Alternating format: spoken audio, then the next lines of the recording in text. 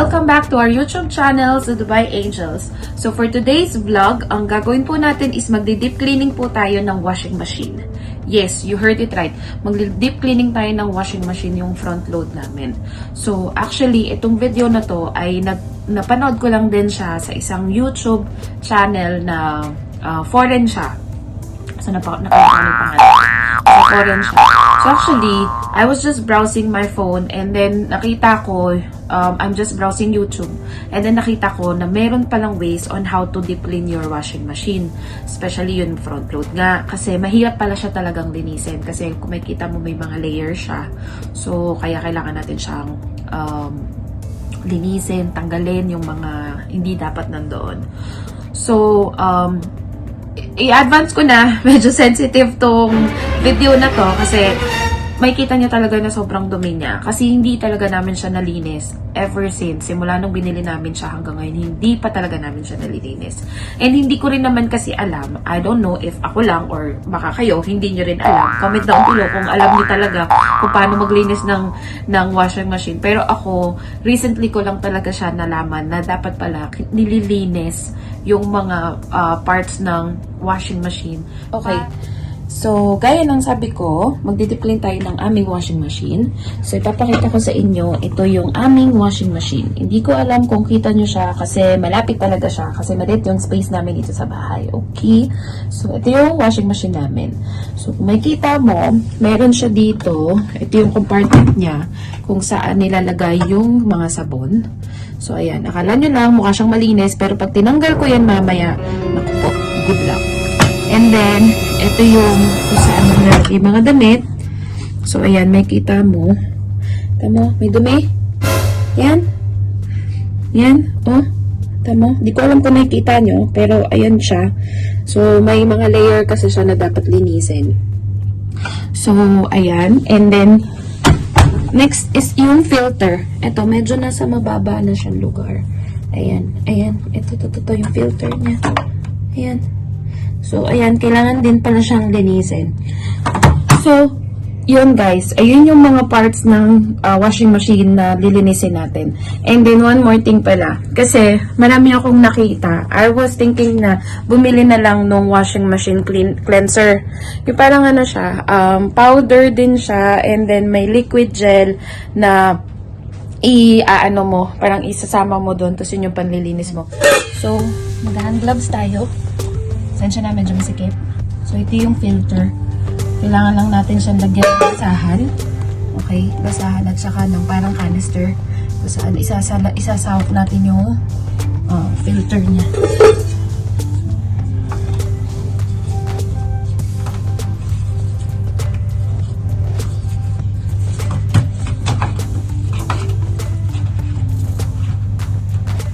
So, ayan.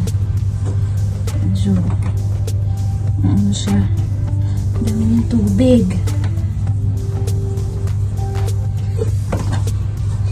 Ayan. Baho. Medyo maamoy siya talaga. Wait lang, kulang yung basahan natin. Kailangan pa natin kumuha ng bago.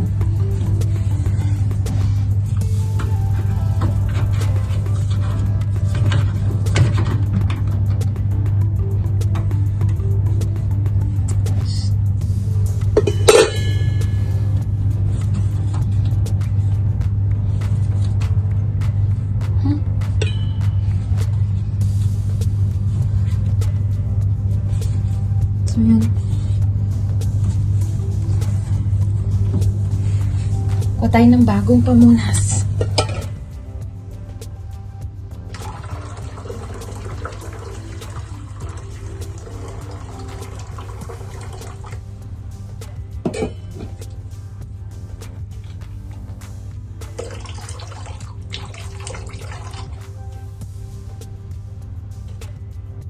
Tapos, pag nalagay na natin siya, hayaan lang muna natin siyang makababad. Ayan.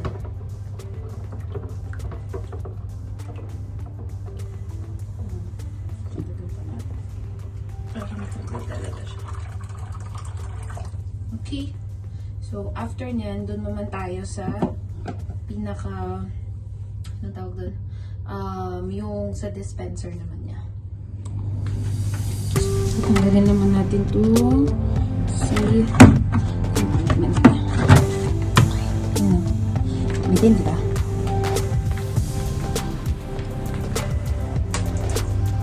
So, ito, lilinisin lang din natin siya.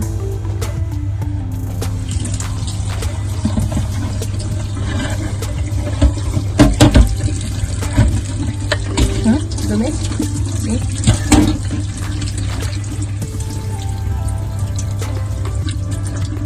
Pwede niyo siyang brushin. So, para mas matanggal talaga yung ano niya.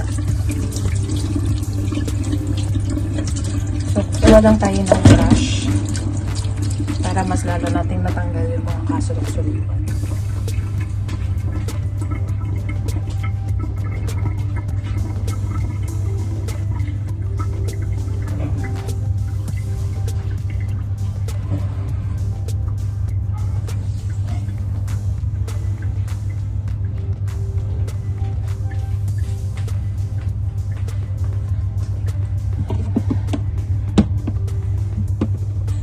Bahala kayo kung anong gusto nyong sabon na gamitin dito. Pero ako, siguro kahit ito na lang ano.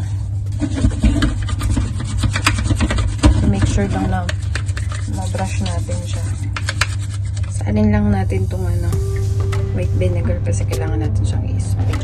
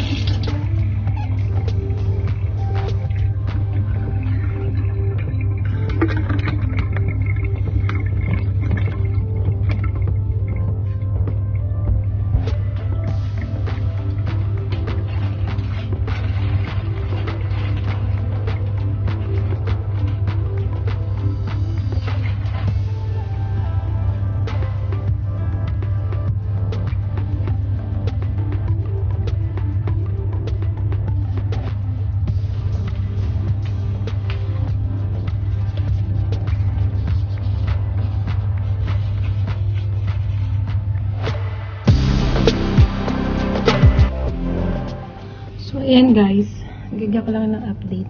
So, hindi ko na kayo na tour kanina kung paano ko siya nilinis. Kasi maliit nga yung space namin. Pero as you can see, ayan, medyo malinis na siya. Kumpara dun sa kanina. Yung gagawin natin siya.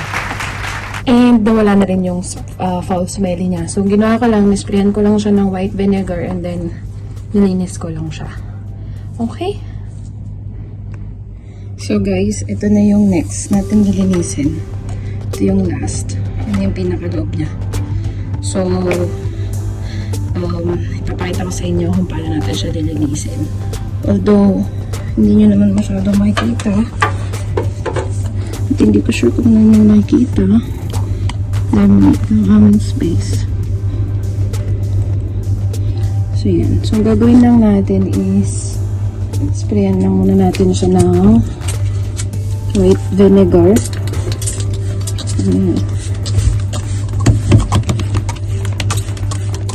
Ayan, yung mga spacing niya. Ayan, pagitan. Tapos, lalagyan natin siya ng baking powder. Baking soda. Wait lang, may bukas na ata ako. Tignan natin.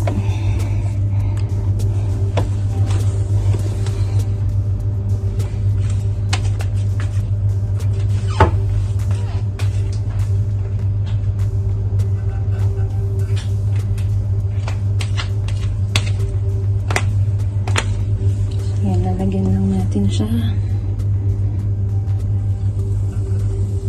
Yan. Makita mo, bumubula. So, gagawin lang natin is iyan na lang. So, tapos na natin linisin yung filter. So, ibabalik na natin siya.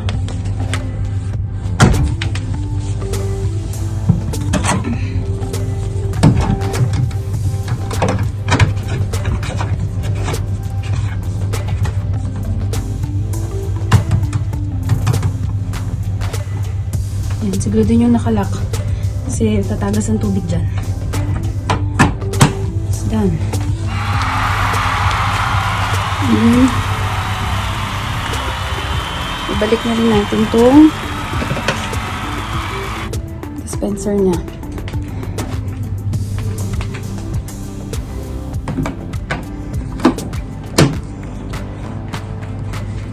So, ayan. Naibabad pa rin naman natin siya. So, ngayon, magrarun na tayo ng isang wash. Nasa muna natin siya